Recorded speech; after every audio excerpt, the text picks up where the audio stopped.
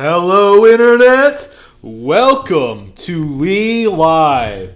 Oh boy, oh boy, oh boy, I'm going to be pushing some buttons today. I'm not going after one, but two sacred cows today. It's unthinkable almost. Most people wouldn't dare, at this point in time, talk about Final Fantasy VII, and even less than zero people would come out here talking shit about Hideo Kojima, when he hasn't done anything in like 4 months. It's unbelievable, like the sheer amount of crazy bullshit that Kojima has gotten away with in the past several years, all of last decade, essentially. He hasn't put out a truly relevant, interesting game since, I want to say Metal Gear Solid 3, but a lot of people will defend Metal Gear Solid 4, even though I hate Metal Gear Solid 4.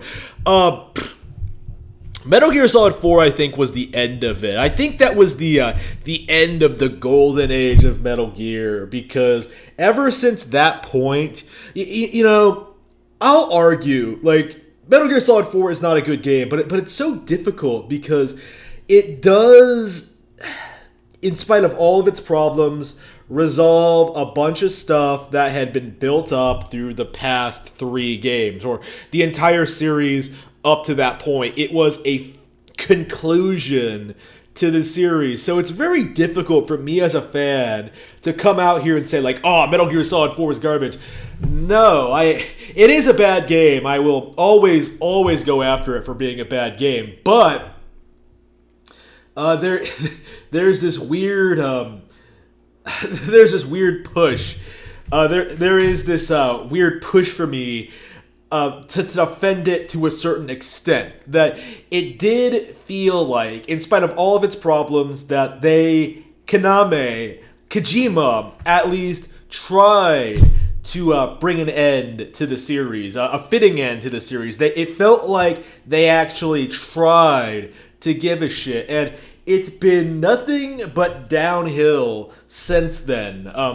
Since Metal Gear Solid 3. I would argue 4 was part of that downward spiral, but it's a lot like the PS2 in that regard. Yeah, sure, it's not as good as the PS1, but there are still some good things about it. Kingdom Hearts is pretty fun. I like it.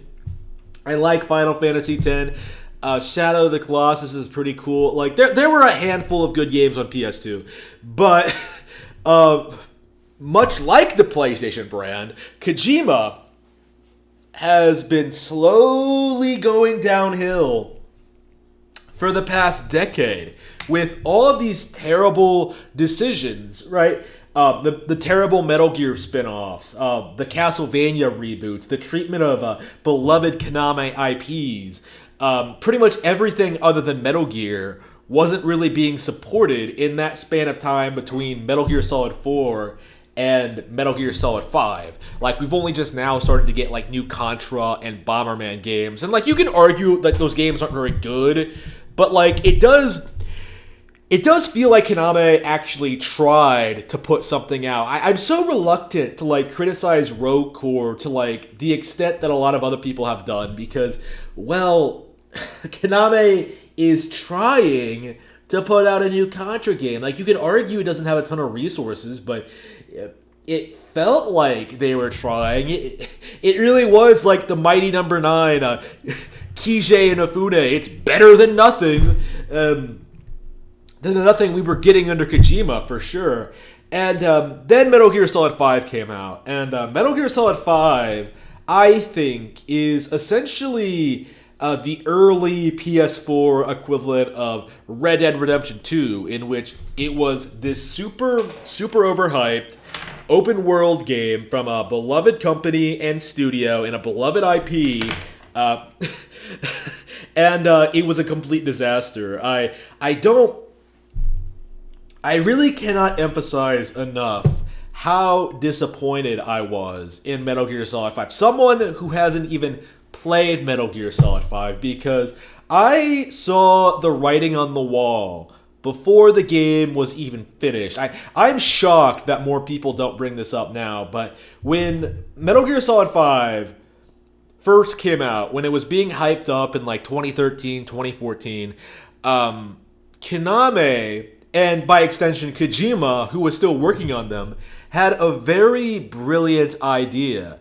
Let's take this prologue chapter of this video game and sell this $30 demo to our customers. And that, to me, is actually, to this day, probably one of the shittiest things I think any video game publisher has done in the past decade. And I'm very critical of all sorts of fringe stuff, right? I don't like Kickstarter. I don't like these Patreons. I don't like the console favoritism. I don't like the way companies treat Nintendo. Like, there was a whole lot I was upset with when it came to Metal Gear Solid 5. And the thing that stuck out most to me about Metal Gear Solid 5 in that very early stages was how so many people were willing to give Kojima and Konami a pass for selling a $30 demo that someone got through in like 7 minutes. It's not that long of a demo. It's not that engaging. It's not worth buying. It was something that should have been a free download for people who are looking forward to the full release. And yet Konami seriously sold it for $30. It was the most embarrassing thing I think I've ever seen from a major third-party developer. Like, back in the 2000s, right, they would package in Metal Gear demos with other stuff. Like, Metal Gear Solid 2, I think, was packaged in with a Zone of the Enders, right? The demo for that. Like, that led to Zone of the Enders being fairly successful. That used to be a thing back in the day. Like, packaging in exclusive demos to hotly anticipated titles with more niche games. Like, that's how Dragon Quest VIII got discovered, I think. And why it's so popular now is that they pushed a Final Fantasy demo on it, right? It was something that was being done a lot back in the day, and it just goes to show you, man, just how people will line up to get fucked in the ass by Hideo Kojima and the third parties, the Sony and Microsoft guys. Like, why aren't more people like being critical of paying for online, for all these services, like the lack of new games, all the microtransactions? There needs to be a real consumer revolt. Like, that should have been, that entire $30 demo debacle should have been the end of Konami. Like, we shouldn't have had to wait until Kojima was fired a couple of years, I believe it was a couple of years later, for us to get, like, a follow-up on that. Like, we did not need this backlash that late in the cycle. Like, the signs were already there, right? The franchises, there weren't any other non-Metal Gear games coming out. Like, Konami was doing all this terrible stuff. There were all these rumors, like Silent Hill, Suikoden, Contra. Like, none of these were getting new titles. Like, there were all these red flags for years, and yet no one made a peep until Kojima was fired. And then suddenly, hashtag fuck Konami, hashtag Kojima did nothing wrong. And everyone was very, very quick to blame Konami, the corporation, for what went wrong with Metal Gear Solid 5, and not the man who made it, Hideo Kojima. Now, I am very, very critical of Konami to a certain extent, but I do think people are still, in this post-Death Stranding world, completely underplaying, downplaying, ignoring almost just how egotistical and arrogant Hideo Kojima actually is. He is by far the most self-centered and arrogant game developer I am aware of in the industry. I can't think of anybody worse. Like, I don't even think that Oddworld guy who shit on Kojima, shit on Iwata was got on my nerves as much as Kojima did. Like, Kojima is an art likes to present himself as an auteur, a cinematographer, a film director, a genius, an inspired individual. And this is a behavior I've been noticing for a very, very, very, very long time. And I wondered if it was something, for the longest time, I wondered if it was something that was attributed to him by the corrupt gaming press. As you know, like, Hideo Kojima is primarily a PlayStation, known for primarily developing major PlayStation exclusives. So, of course, the PlayStation-biased gaming media would hype up every developer they could.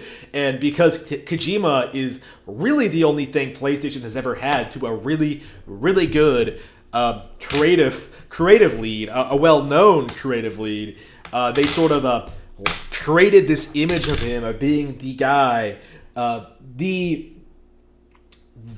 most cutting-edge, hip, out there director in the industry, when it's really, really not true.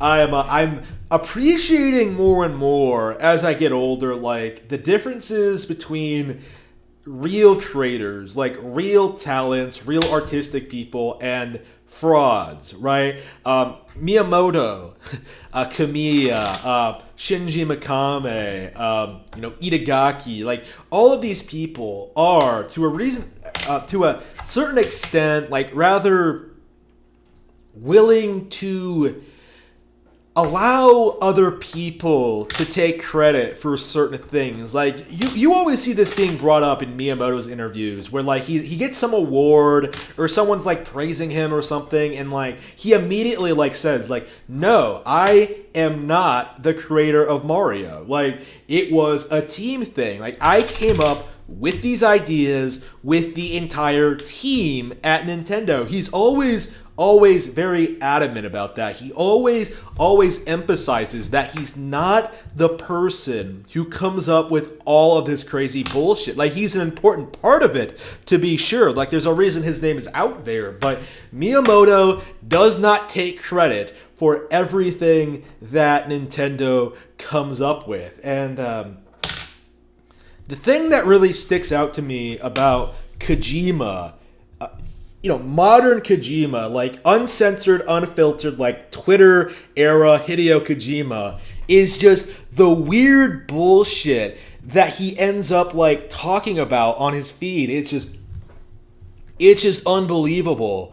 Like, just the sheer arrogance of some of the things he's come up with. Hideo Kojima, this is a really, really good example of this. This is just an example. This isn't like, look how terrible he is. This is just an observation of a trend I've observed of Kojima's psyche and the sort of things he does to promote himself to his fans on Twitter, on social media, to his following. Hideo Kojima, English. I came up with the idea called camera in Metal Gear Solid 1, 1998. I thought it'd be effective having the items like sniper rifle, remote control missile, and camera if we could switch the camera, POV, third-person view, if the game world can exists, all in 3D. Okay, so March 4th. Okay, so what... if you can read this English, if you have any idea what he's saying here, Hideo Kojima is not saying that he literally developed, invented the camera. Like, he is trying to say that he invented this idea of shifting between third and first person views for certain segments. So, like, he's specifically bringing up, like, how the sniper rifle in Metal Gear Solid 1 takes place in first person, even though you can't really play Metal Gear Solid 1 in first person in standard. That's his entire tweet. Like, I came up with this. I came up with this idea of having like a first-person view. I came up with this. It was me. It was all me. And Super Mario 64 came out in '96, and I know it has like a similar sort of like press a button to go to like a more look aroundish view, which is basically what Sniper Rifle is. My point about this is, I am extremely skeptical that Hideo Kojima is the one who came up with this idea of having like first person views to like aim in third person game. Like I just do not see. I just do not see that as the case. Like it's just like saying Metal Gear Solid was the first stealth game. It's just patently not true, even though game journalists often proclaim it as such. It's just I just feel as if Kojima is very, very, very obsessed with pushing this image of him as being this bona fide cutting-edge game director who should be in Hollywood, when really he doesn't really deserve the credit he gets. Like I said, the last really great game he put out was Metal Gear Solid 3. Now, I like Metal Gear Solid 3. I was actually just thinking I was going to add it to my wall back here. That classic image of the big boss salute, but I was thinking about that, right? I was going to do it, and because I love the game. I do love it, but Metal Gear Solid 3 came out in, 2004, 2005? Like, 15 years ago, okay? It is an old-ass game. What has Kojima been doing since then? Metal Gear Solid 4, shit. Like, Peace Walker, shit. Like, was there a Metal Gear Acid 2 in that time frame? I think there was. A Metal Gear Rising, not nearly as good as it should have been. Metal Gear Solid 5, which of course was a disappointment. Like the demo, which I spent this entire live stream, bitching about for like 10 minutes. Like, all of these disasters, all of this terrible shit, and Konami got the blame for all of it. And now, in the current year of 2020, we are in a post-Death Stranding world. Death Stranding is out. It's bombed. I was right all along. I was 100% right about everything. Harbin Smith was right about everything. Death Stranding was a complete disaster, a complete failure, not a good game at all, not worth playing, not worth talking about, completely forgotten about, and people are still refusing to call Hideo Kojima on his shit. Like, not enough people are railing on Death Stranding. Like, so many people out there that I know are trying to say shit like, oh, well, it's supposed to be completely new. It's supposed to be something completely different. It's something completely original. And it doesn't work, because at the end of the day, the game is not fun. Like, Metal Gear Solid 5 was not fun. Like, Metal Gear Rising was not all that fun. Metal Gear Solid 4 was not all fun. He's had a track record of this kind of attitude in spite of his really, really spotty record over the past almost 2 decades. And we're still supposed to, like, treat him as some sort of, like, genius game creator. Like, Tomonobu Itagaki, the guy behind Ninja Gaiden, Dead or Alive, he's had rough spots because of, like, the falling out with Tecmo and, like, all the issues getting Devil's Third out, and he hasn't done anything in the past really, really popular since, like, 2008, and the attention he gets reflects that. Like, he's no longer a hotshot game developer, which is perfectly reasonable because he hasn't produced a whole lot. Like, even I, a fan of Devil's Third, am not actively following what he's doing right now because I am not sure. I don't think he's ever going to ever be able to put out a sequel or a re-release, which is a really, really big shame because Devil's Third is... I don't think I've said this on air before, but Devil's Third is better than Metal Gear Solid 4. Probably 2 as well, but I'm going to have to, like, go back and play 2 again. Definitely 4. for sure. Devil's Third is awesome, but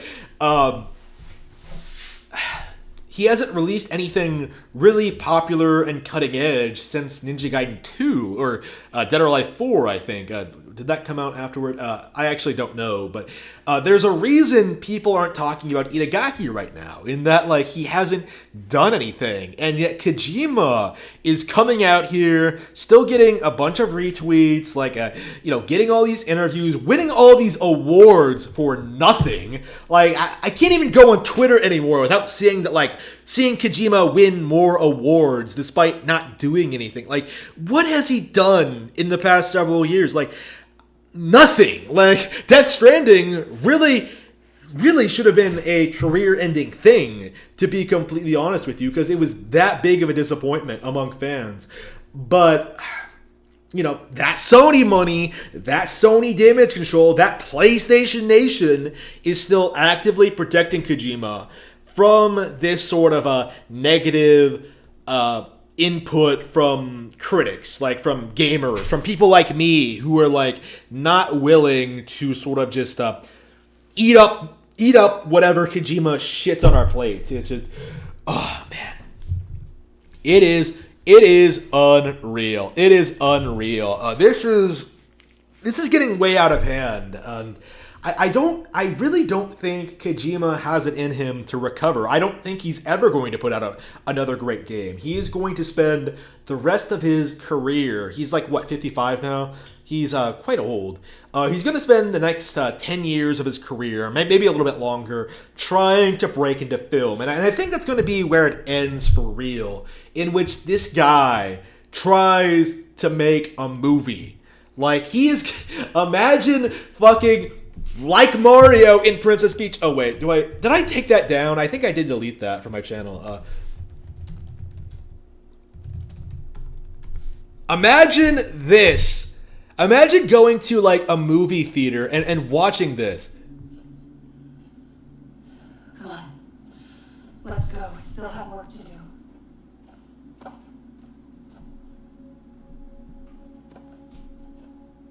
Do you still believe in me? I can't watch it. It's so bad. It's so bad. Nowadays, I am a walking time bomb. I can end it all just like that. But what I want, what I have always wanted, was to be a part of it. For us all to be one. What? The acting is so bad. It's so cringe. Is this all for you or all for Bridget? This is for... Run. We run together. Run. Yeah. Like Mario and Princess Peach. Oh, no! Even after all this time, all these months of not talking and thinking about this game at all, I still can't look at that face, listen to that line, listen to that acting, and not freak out. Like, this is, like, something like Tommy Wiseau would come up. Like, I am almost convinced that Hideo Kojima, like, brought on Tommy Wiseau to direct this game. Like, Tommy, you are a great director. You must help me achieve my Hollywood success. And then Tommy was like, okay, Hideo, let me show you what's up. But no, it's not true. Like, it's not true, Hideo. It's not true. Kojima came up with this on his own. This is what Kojima comes up with when left to his own devices. Like, when given a complete blank check and complete creative control, he comes up with this. Like Mario and Princess Peach. What? Like, what? It's unbelievable. Unbelievable. So, yeah. Damn, that's terrible. I hate Kojima. Like, I hate that line. Death Stranding. And Can you believe it's being memory holed? Can you believe that no one's talking about how terrible this game is? How everyone's just sort of kind of stopped talking about it and kind of pretending it doesn't exist? It's completely embarrassing. And people like Yang Ye, people like Angry Joe, the shills, right? The people who are trying to damage control it as like a creative new IP, they've moved on to the next thing. They are now, right now, hyping up Final Fantasy VII Remake. I don't think I have any information on that brought up. Oh, I have some people in the chat. Maybe I should respond to some questions first before we get into my thoughts on Final Fantasy VII R. Let's see. I guess we could bring this up. What? Brilliant? How is it brilliant? Okay. Hang on.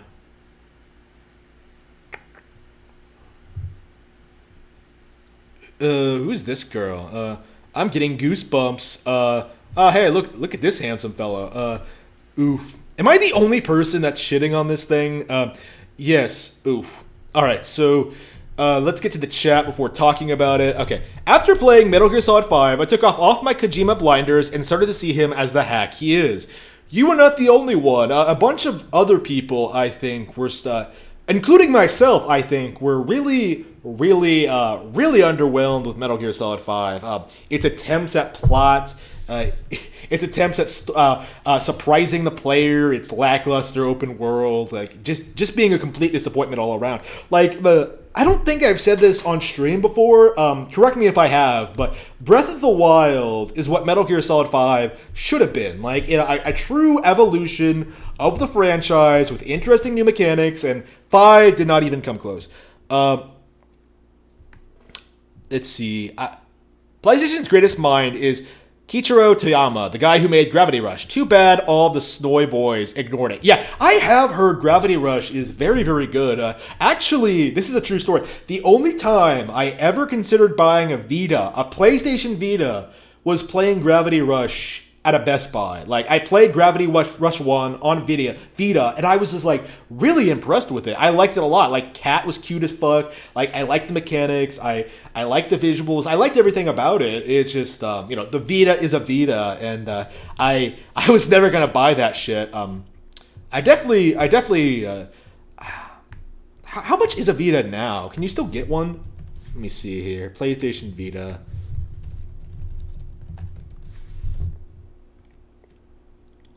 PlayStation Vita, yeah, about $200. They're that expensive?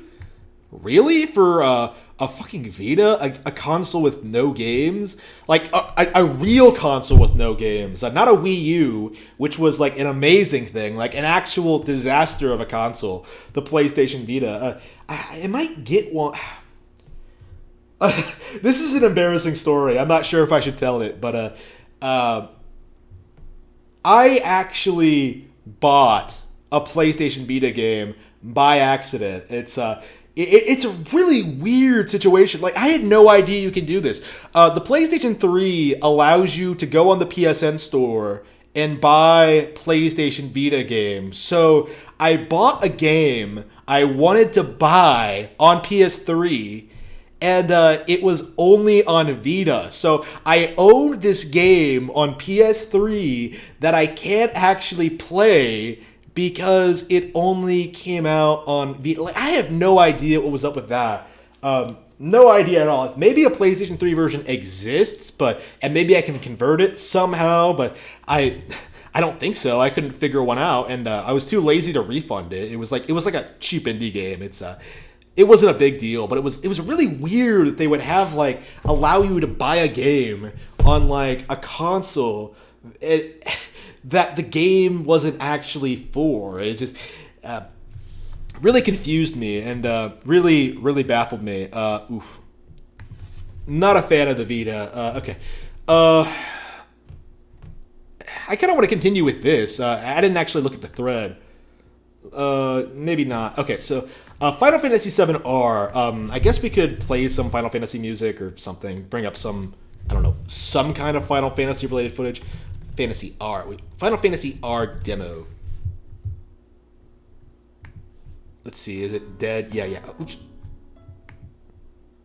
So yeah, I actually have finally gotten around to watching Final Fantasy VII-R demo on stream. I did not play it myself. I simply watched some gameplay of it, and I have a bit more thoughts on it. I am starting to really like the female character designs. Like Aeris and Tifa both look great. They both look gorgeous. Aeris especially, I think, looks absolutely gorgeous in that opening cutscene. I was just like, yeah, this is a...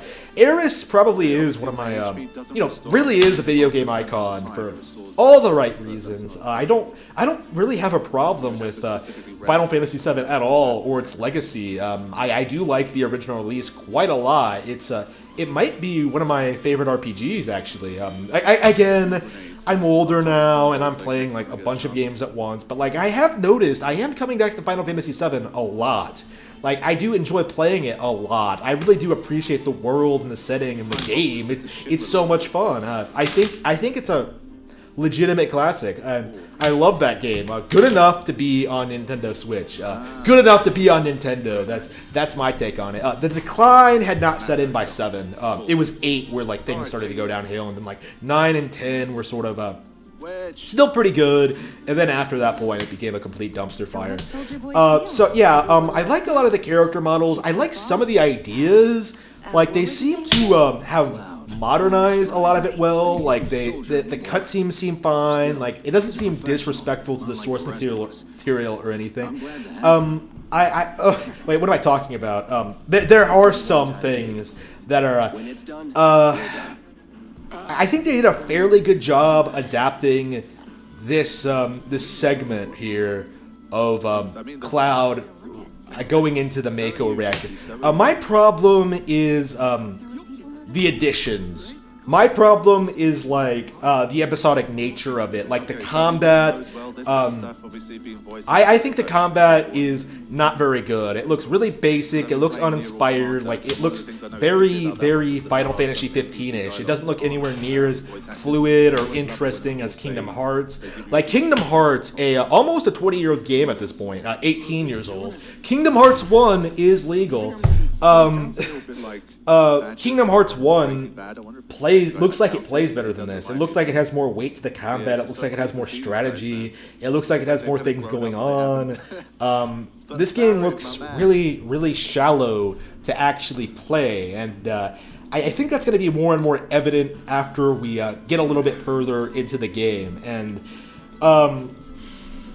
my thing right now, the thing I've noticed, the thing that I don't think a lot of people are talking about is like the weird nature of some of this dialogue. The stuff that's adapted from the original game is actually pretty good, and they do build on some of it in funny ways, like Jessie was implied to sort of have a crush on Cloud, I think, in the original, and now it's a bit more overt and fun, actually. In its own way, but like they are, I think, messing with the game's pacing, and I think this goes into the problem with it being episodic as well. In that, like,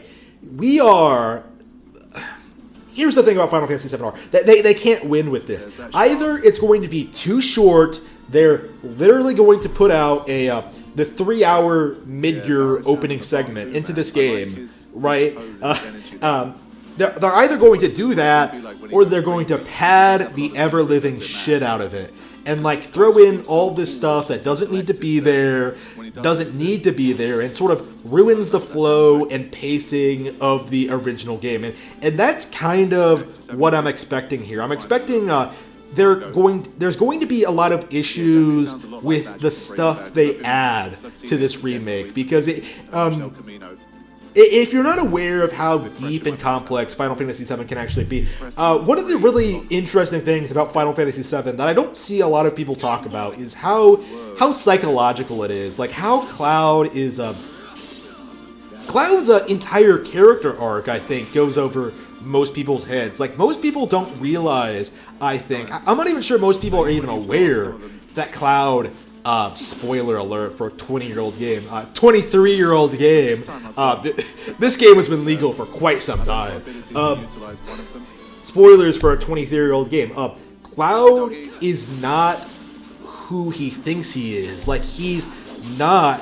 He didn't accomplish his goal. He never joined Soldier. Like, everything he believes about Sephiroth, about, like, his time at Shinra, about, like, all of that, it's like, it's completely wrong. Like, he was just experimented on and given all these powers, but he doesn't actually have the background he thinks he has, right? He thinks he's like some epic hero, and then doesn't quite measure up, right? Like, it's not, it doesn't mesh with like the reality of his situation. Essentially, he didn't grow into who he wanted to be growing up. Like, that's the entire thing. And Tifa is sort of her big role is sort of like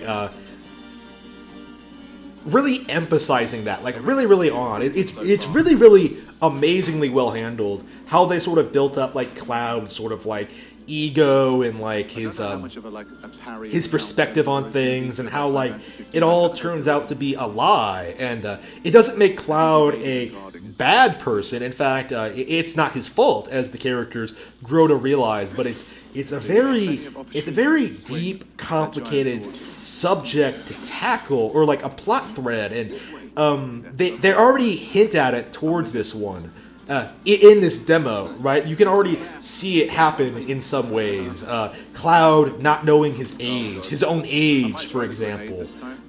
Things like that. It's things that I don't think are going to make a whole lot of sense, right? It's going to get people asking questions too soon. It's going to mess with the pacing of the revelations and the story. Like, remember, like Midgar, in the entire first part of Midgar, you don't see Sephiroth at all. Like, you don't even hear about him at all until that segment. You don't understand Cloud's relationship with him until like Sephiroth isn't brought up at all until like you're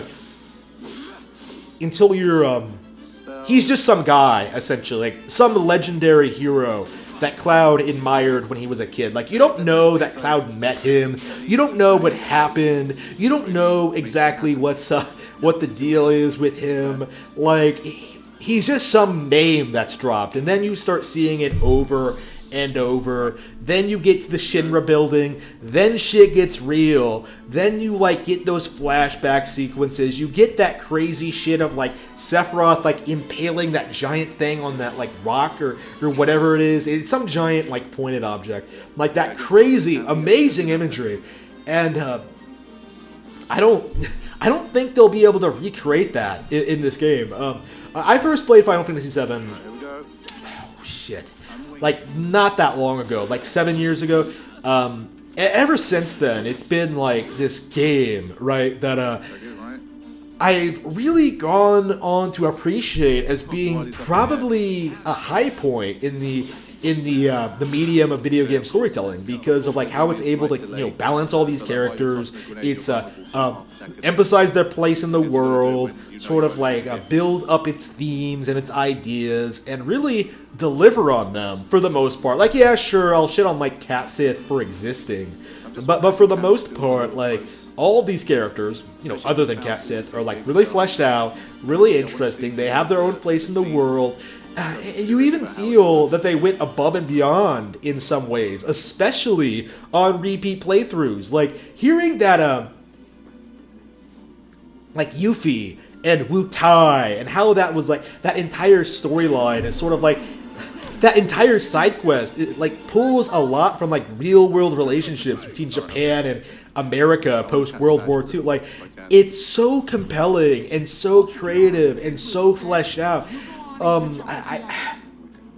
This is really nothing more than a rehash of something that's come before, and unlike something like already Resident Evil Remake 2, I don't think it's really adapting to modern audiences very well. I don't think the combat's going to please longtime fans or newcomers. I don't think that the story's going to if the story wins anyone over, it's going to be due to the strength and popularity of the original script, of the original storyline. I don't see just we can do this with you, or we can do this without you. I don't see this really. Layout. Depends when it was built.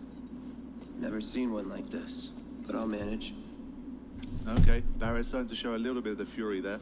That's what I wanted to hear. I don't see this ending well for Final Fantasy VII, especially because of the remake. I do think at this point, pre-release, the thing that most people are damage controlling right now is the whole episodic nature of this.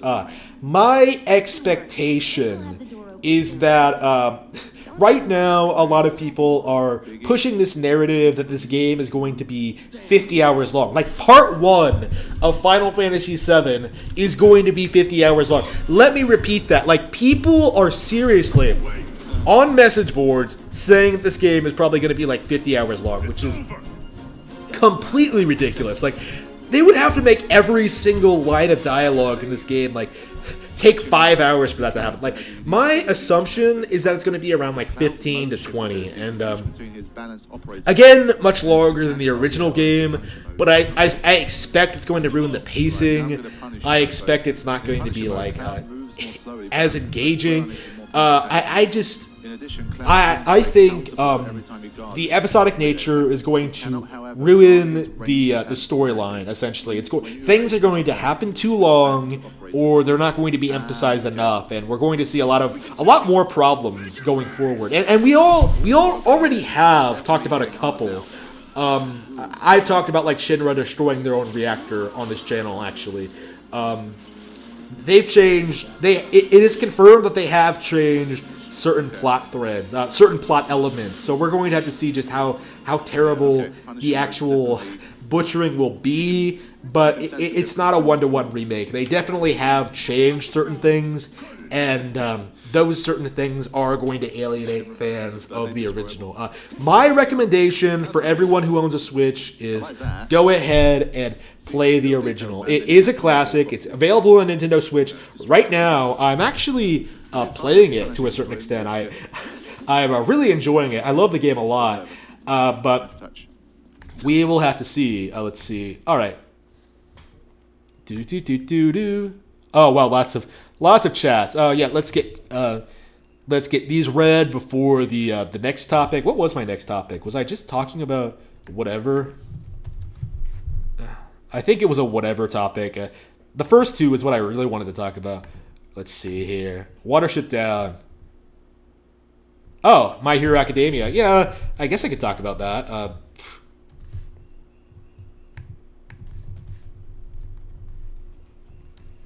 But before I forget, please consider supporting my books. Yeah, let's get.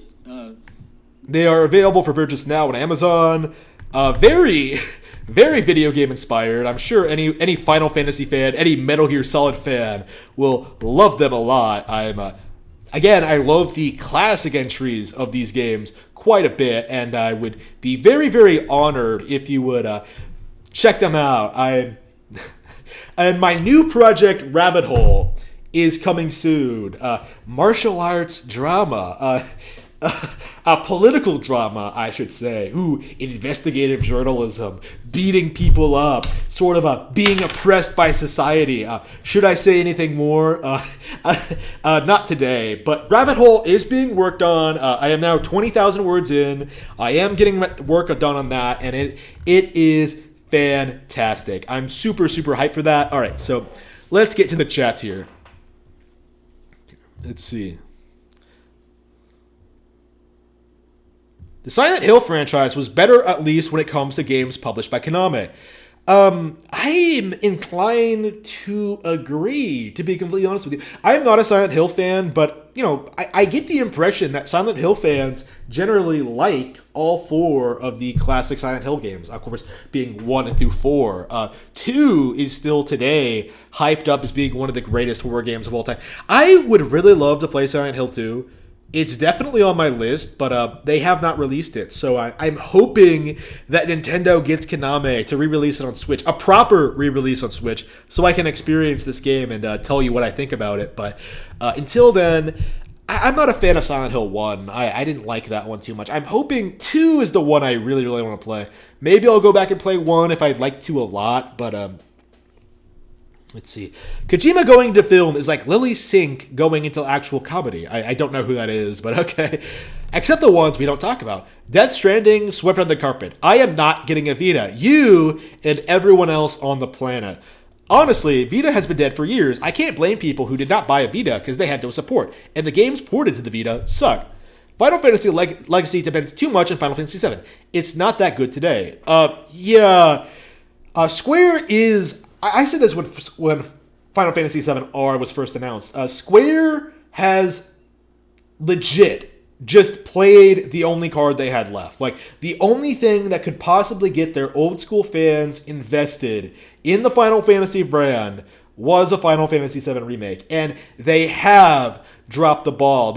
They're Final Fantasy 16 isn't going to win people over. Like, the spin-offs are going to win people over. New Kingdom Hearts games aren't going to win people over. Final Fantasy VII R isn't going to win people over. Like, I think this is going to be one of the last major products that Square Enix puts out. They will not be able to continue developing top-of-the-line RPGs for PlayStation the way they have been doing. I fully expect they will be eclipsed by some other developer in the next decade or so. A Nintendo-owned one, probably. Like, I would already argue that Monolith Soft has put out better open-world games. Xenoblade Chronicles X is indeed better than Final Fantasy 15. So, I don't see the brand... I don't think the Final Fantasy brand is really going to survive this. I would argue it didn't really survive 15. Like, 15 was a huge disaster. Vita was a bad system. Too much lowly anime, psychopath, shovelware. Yeah, I've heard about all the weird stuff. Kingdom Hearts was overrated. I like the first Kingdom Hearts. But yeah, the sequels are really ridiculously overrated. 2 especially. I think people are more critical of 3. I myself have turned on 2 in recent years, and I haven't even played 3. So I do think Kingdom Hearts has lost its fan base. Vita had a lot of weeb cringe. To be fair, Kingdom Hearts' problem is it really tries too hard to be deep and complex, when the story really isn't that complex. Yes, the storyline killed Kingdom Hearts. Like, here's how you make a good Kingdom Hearts game. You have Disney World, you have the Heartless attacking them, and then you go out and fight them. That's it. It doesn't need to be this, like, shonen anime plot. It doesn't need to be, like, My Hero Academia. It doesn't need to be Naruto. It doesn't need to be Bleach. Like, let it be a video game with Disney World. Like, that's all you need. Like, you didn't need all this tacked-on bullshit. Like, you didn't need the Nobodies. You didn't need the Inverse. You didn't need Organization 13. You didn't need all these extra characters that nobody cares about. Just give us Disney. Give us Final Fantasy. Give us the crossover. That's all we want. It's just... Okay. Yes. Lots of people who are speaking out against KH now grew up playing the game. So I do think KH is at the end of its rope. Like, 3 was the end of it. They cannot continue after 3. Like, they're going to try to reboot it, I think, but it's not going to... It's not... We're not going to play ball.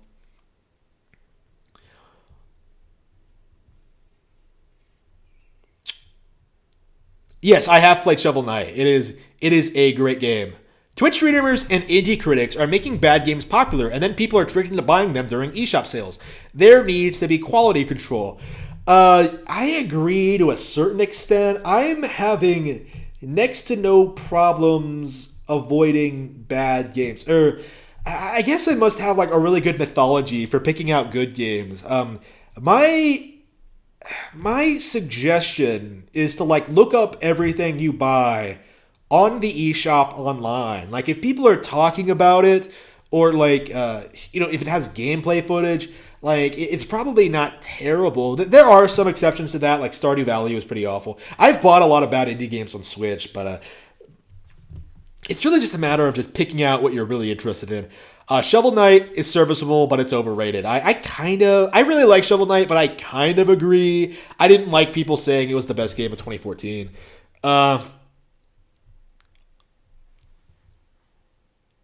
The only people I've seen be critical of Final Fantasy VII are is Zobi70 and Bring Peanut Butter. The episodic release is the game's biggest problem. Sony marketing has fried people's brains to love getting screwed. Yeah, I'm sure there are other critics out there, but like the vast majority of these people, I feel, are being paid off by Square and Sony to promote the game. Same with Dreams. I find it really strange how this game, Dreams, that no one is playing, is getting like PewDiePie videos made about it, is getting like Video Game Donkey. Like all these YouTubers are making like videos on Dreams when no one is buying the game. It's just kind of bizarre. Like it really makes me think that like it's being Raid Shadow Legends. Like Sony's paying for the YouTube coverage, and that is a thing that's happening, and that is something I want to continue calling out. And I think Dreams is a really good example of that. You must like ASMR. Oh, yeah, looking at my YouTube feed, are you? Yes, I wish Sega was still around. They were thrown to the wolves. This is why Sonic is constantly without any identity. A bunch of furries now call this shots under what it is. Yeah, furries ruin fan bases. I really should. I really need to specify that more. Again, I'm never going to run out of content like talking about people and things, but furries do absolutely ruin fan bases. They are a really good example of why you. Oh man, I'm gonna sound so woke. Why you cannot allow degeneracy in these communities, because what happens is that like these obsessive compulsive fanatics, right, not fans, fanatics who like actively think about your characters and their sex lives and like fetishizing it. Like we've seen this happen with Star Fox, where a lot of people are more interested in the Star Fox lore and like the porn than they are in the actual games. We saw this when Star Fox Zero first came out, where more people online were talking about a fox in space rather than the actual new, really good Star Fox game. So I think that's kind of an issue and needs to be acknowledged more. And I would not be surprised if Sonic is worse. Sonic has had Sonic in the past, not so much now. I haven't seen people bring this up in a long time, but Sonic like 5-10 years ago was notorious for having some of the worst fans on the internet. And I don't think that's the case now, but I think a lot of those people have started to die off, but because of the lack of quality control in the brand. But I think Sonic is probably worse, and it's just a shame. David Cage also helped ruin gaming. Well, that is kind of a hot take, because David Cage has never actually produced a video game. Oh, I went there. Oh, wrecked. David Cage, BTFO. Okay. Ooh. Hope that didn't ruin my microphone. How did that sound? Was that weird? Okay. That's a hot... Okay. Honestly, I haven't played Final Fantasy VII yet, and one day I will, but for now, it won't happen. Yeah, definitely don't start with the remake. Definitely play the original. Furries ruined Star Fox. Crystal should never have been made. I actually disagree with that. I am very, very fond of Crystal. Should I have this brought up? Yeah, what should I bring up when I'm not, like, streaming? How should I do this? I guess I could just make it bigger. Let's see. There we go. There you go. Now you can make me out more. I'll have to shrink it again later. But anyway. Yeah, so Crystal. Crystal is kind of an interesting character because she's actually the last major Nintendo-owned Rareware creation. She originated not from Star Fox, but from Star Fox Adventure's beta game, Dinosaur Planet, which was supposed to be its own original IP. And so Crystal is kind of a leftover from that. She is technically a Rareware character. I don't see a lot of people bring that up, but it's technically true. So she's very Rareware-esque in design. Like they came up with the whole the backstory thing and her origins and her powers and stuff like that. Like it's very, very Rareware-esque, right? Very, very Rareware inspired. Very, very Rareware driven creatively. And I think it works for the most part. I think she was adapted into Adventures very well. I'm fine with her as a character and a concept. And they tried to take her character in interesting directions, but that's the thing with Crystal, and that's the thing with a lot of these games with furry fan bases. It's not the character herself that's the problem. It's the ridiculous fans, and I don't like Crystal's fans. Crystal herself is fine. I find her perfectly likable. I like her as an interest for Fox. She might actually be one of my favorite Nintendo love interests. I mean, she does get married to Fox in Command. Like, how is that not adorable? That's amazing. But Crystal is missed potential, I think. I think there's plenty of room for her. I could see her being the star of her own game, really. One of my big things right now is that I would like to see Conquer 12 Tales released, in its original form, and I would like to see Dinosaur Planet, the original N64 game, released, and neither of those are ever going to happen, but I would love to see what Rare's original plans for Crystal actually were, and how they would have developed into a Dinosaur Planet. That's something I am sorely, sorely missing. Again, Rareware had a track record of making incredible, incredible games back in the 90s. I fully think they could have put out a really, really good Zelda clone if they weren't bought by Microsoft, if they had more time, or did something a little bit different, or put more effort into it, or something. I think they still had it in them when they were developing the game, and it's just kind of a shame that the final result was such a disaster. Furries ruined Star Fox. Sony will do anything and everything to make the PlayStation seem popular. Yes, that is a part of their brand. Yes, absolutely. Holy shit. That hits the nail on the head. They are obsessed with popularity. That's why they're always bragging about their sales numbers, always shilling all their products, doing all this crazy shit. It's just, it's just high school drama shit when you get right down to it, and they're just trying to pick a fight with good old Nintendo, who didn't do anything wrong. It's just okay. Furries tried to ruin Pokemon. Sonic Mania wasn't that good. It's another basic B rehash, but with lower difficulty. I hate how people try to make characters a certain way. By the way, Harmon, have you read the article that basically says Sonic should be gay? What the fuck? Okay, we are looking that up. I think I have heard that, actually. Sonic should be... Why we think Sonic should and will be gay. Oh, wait, this can't be... I don't want to click on this. TheGamer.com. This is what The Gamer is publishing. Who wrote this? Helen Ashcroft? Okay. Sonic the Hedgehog has a history of romance, though he's never been all that interested in women. Instead, Sonic should become an LGBTQT icon. Wait a minute, why is the T before the B? Are you saying that trans people have more are more relevant than bisexuals? Are you saying transsexual people have been more oppressed than bisexuals in the entire history of no? Whoa, that's really homophobic. That's really hateful towards the bisexuals. Just I don't even know what the Q stands for. Yeah, I thought Q was supposed to be the plus, but what is the plus supposed to mean? Like LGTBQ plus. Okay. As Sonic spins his way into cinemas, we found ourselves thinking at the things we still don't know about him. Despite the fact that Sonic has been in our games and our hearts for almost 30 years, there's still a lot we haven't been told about the ring-collecting blue lure, such as his sexuality. This has made us consider the very real possibility that Sonic could, and we propose should, be gay. Here's why.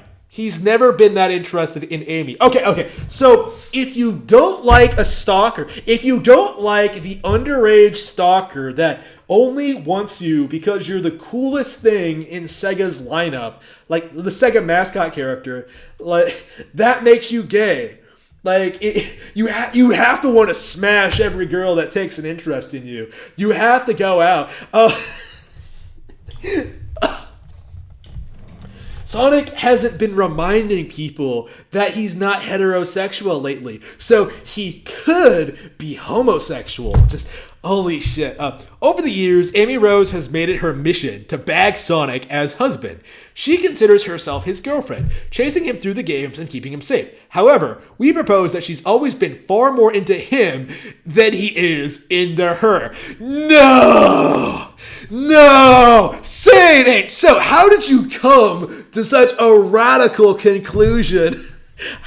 How big does your brain have to be to figure that out? How much Big Brain Academy have you been playing over the years to piece that together? Sonic not liking Amy. Holy shit, how did you realize this? Well, the cartoons depict more hints at romance. Wait a minute. Oh, that's right. The cartoons ruin this entire narrative because Sonic has had a female love interest before. It's not like an unheard of concept. And in fact, I think Sega actually has this weird rule for Sonic comic writers to not depict Samus as being interested in a woman because it incites furries or something like that. Like it annoys people or something. I don't know what the deal with that is, but don't even get me started on Sonic comic continuity. I can't even keep up with the game's continuity. Sonic continuity is all over the place. You can't keep track of all this shit. You have the comics, you have the cartoons, you have Sonic Boom, you have the games, which honestly can't all occur at the same time. Sonic continuity is a complete mess. So arguing that Samus could be gay in one continuity, while the cartoons depict more hints at romance, in the games especially, Amy comes across as having been well and truly friend-zoned, as Sonic should. I am going to take one for Sonic here. I am going to go out for Sonic. I don't like Sonic. I'm not a Sonic fan. Sonic was never good, but Sonic is based as fuck for how he deals with Amy. He doesn't give a shit. He should. She's 12. Come on. He can do way better than her. Blaze the Cat exists. Amy isn't even on his radar, okay? Sonic can do better, okay? So, Sonic clearly cares about her, but he often flinches or moves away when she displays overt romantic affection for him. He also seems ambivalent, as best towards the charms of another woman, Rouge. When has Rouge ever been interested in Sonic? Despite her having a more dangerous side that contrasts Amy Rose, Sonic still remains uninterested, because he only wants the cock. Sonic and Tails can become more than just friends. Ooh, I knew this is where this is going. This is like Mario and Luigi being together. Bullshit. His relationship with Tails is something else entirely. Tails is the boy next door and a sweet, happy fox who brings joy to Sonic whenever he's around. Sonic's childhood friend perfectly complements him in both personality and action. The pair have a natural rapport and chemistry together, effortlessly seemingly to know what the other wants and needs. While Amy is very much a follower, Tails is very much a partner. This begs the question, why not take this to the next level? Oh, what? Wait, he has a lot of chemistry with Knuckles? Yeah, so much chemistry that they end up fighting all the time in Sonic Adventure? What? Gay is the way. Okay, damn, this is ridiculous. YouTube's not gonna... rail on me for reading that out loud, are they? Wow, that was ridiculous. Wow, that was something else. So remember, kids, if you're not interested in a woman, you may just be gay. Okay, so Freedom Planet was the best Sonic game. I agree. Freedom Planet was awesome. Sonic Generations as well. Freedom Planet feels too much like a ROM hack. I really like Freedom Planet.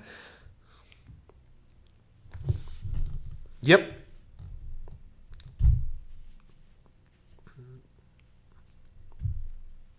Yep.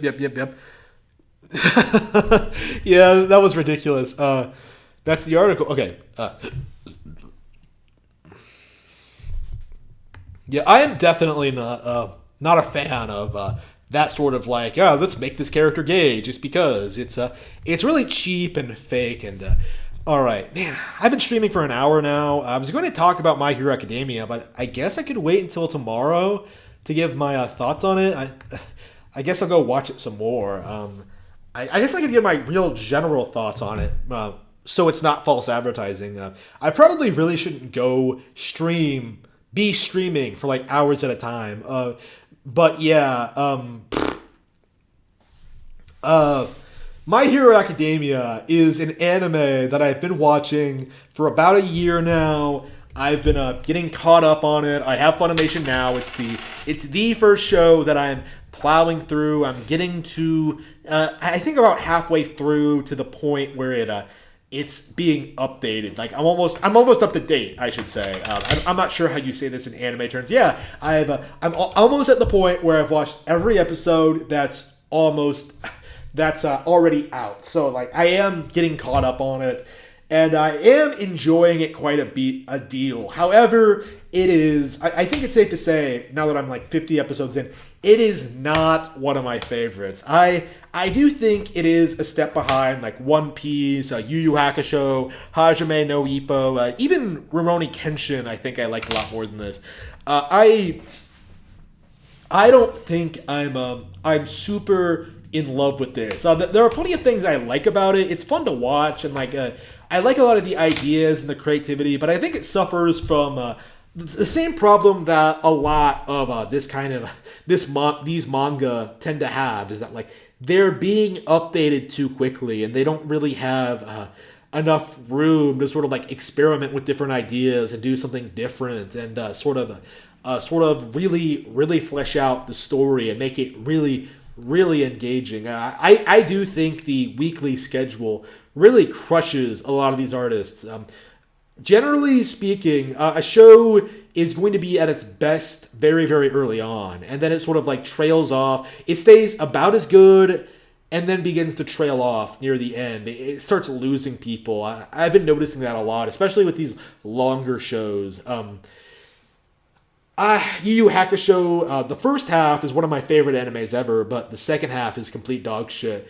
And My Hero doesn't seem to be having that decline in quality yet, but there are like issues with it that I think could have been remedied. Like I think the characters could have been more interesting. I think we could see more from like the class. I think the battles could be more interesting.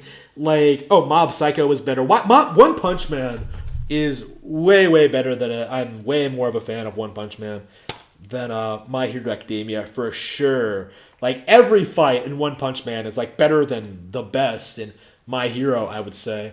But again, there are things that keep me interested in it. Like I like the general idea. Deku, I cannot praise this enough. Deku seems to have avoided already the Naruto problem, in which the author gave him like one power and one thing he could do, and then was like, okay, go through the entire story doing nothing but that. But Deku is different. Like Deku's like inventive. He comes up with crazy ideas. He trains. Like I can't even begin to like.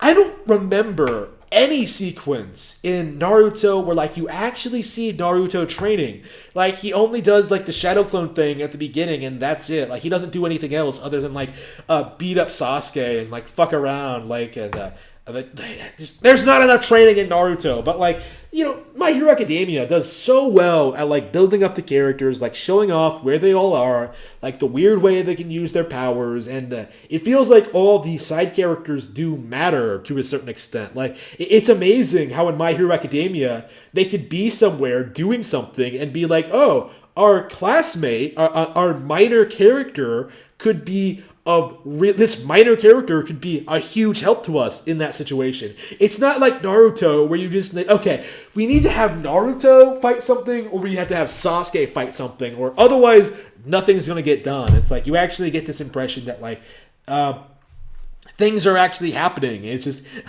people will actually react to things. They'll actually like take initiative, and it's good. It's enjoyable. Not the best ever, though. I really have to say that. I really don't think I don't think the show has me nearly as hooked as it probably could have been. I've said this in the past, but I don't like the villains. I don't like a lot of the exposition. The combat could be better. The fighting could be better. There are a lot of aspects to it that I think could have been radically improved, but for the most part, I enjoy it. Like, it's not bad at all. It's perfect. It's perfectly acceptable.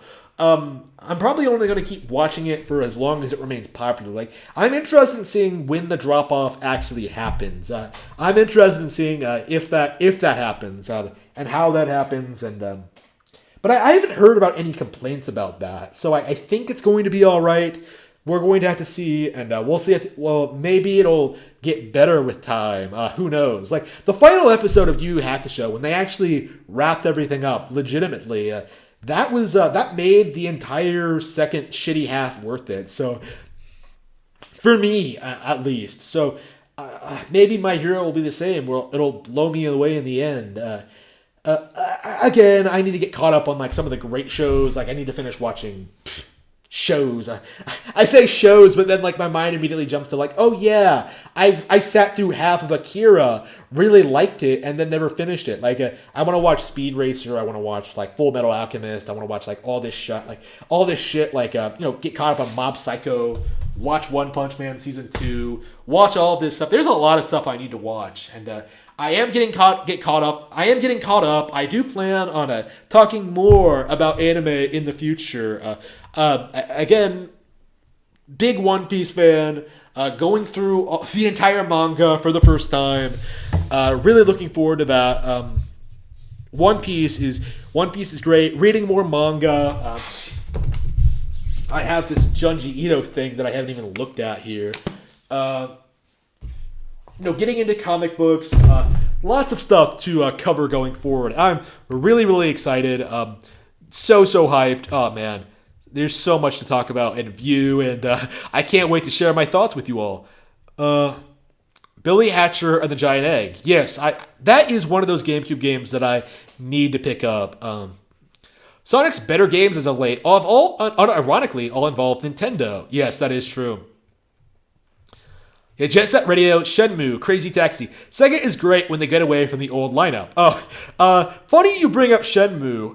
I wasn't really going to talk about this just yet, but my novel, my work in progress, Rabbit Hole, was indeed inspired by Shenmue. So you'll probably learn some more about that when it comes closer to release. But yes, Shenmue did inspire me to make something. So that's interesting. That is a real fact. That is true.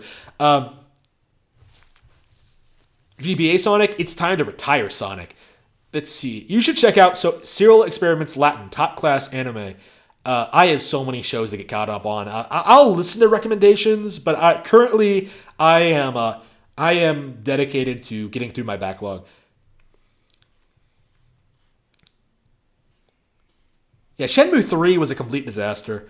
I like Mob Psycho 100 a lot. I really liked the first season. I didn't get around to watching the second one, but yes, I am going to get back into Mob. I need to get caught up on it. That's definitely on my list. I looked up Sega at Wikipedia, and Yakuza was mentioned near the top. Strange, because most consider that game obscure. Almost looked like it was put there for marketing. Yeah, probably. you begin to notice that thing a lot if you're looking for it. Wikipedia is very heavily edited by all sorts of people. Let's see. All right, so yep, I think that's everything I wanted to talk about. Yep, I'm gonna go watch some My Hero.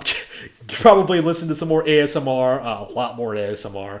As you all know about my ASMR addiction. Yeah, so I'm gonna watch some anime, probably play some games, and then go about my day. I had a super great time today. A lot of fun talking about this with you all. Please like, please comment, please subscribe, please check out my books, please buy them. Please follow me on Twitter. Lots of updates are coming. Definitely going to try and be more active on Twitch. I need to get that figured out. For some reason, I would like to stream on both YouTube and Twitch, but that's becoming a complete disaster. I have no idea what's going on with that. But anyway, until then, I will see you.